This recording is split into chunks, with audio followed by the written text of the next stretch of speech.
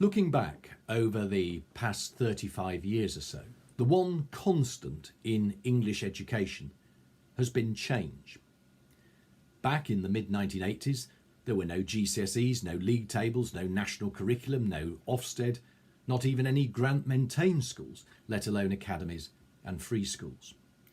Indeed, in that time frame, the Department for Education has changed its name no fewer than 5 times, and the Ofsted framework has changed 6 times in the past 9 years, twice in 2012.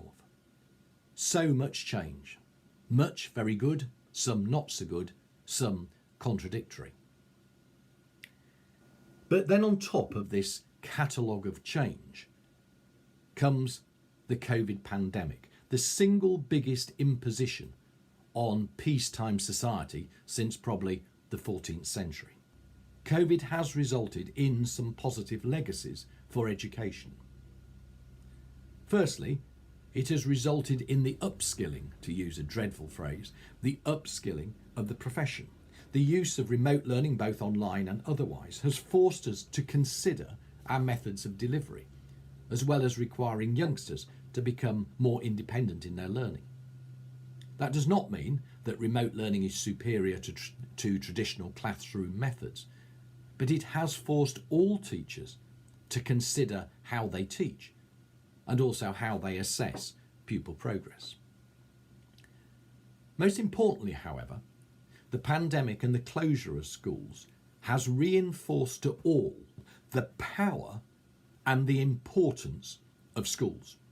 Most people, parents, pupils, teachers, have longed for a return to normality. They have longed to get back to the classroom, knowing that schools with experienced and professional teachers provide the key to personal development, to educational success, and to future prosperity.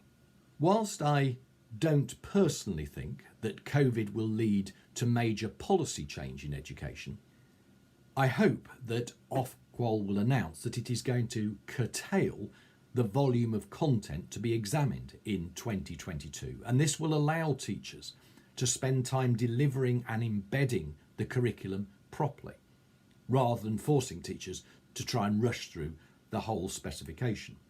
But whatever they decide, there is going to be a problem for at least another year, because the following year we shall see students commencing A-level courses and other Key Stage 5 courses either not having fully completed the GCSE course or having run through the GCSE specification and perhaps not mastered the basics. As always, the purpose of school leadership must be to allow teachers to teach and pupils to learn.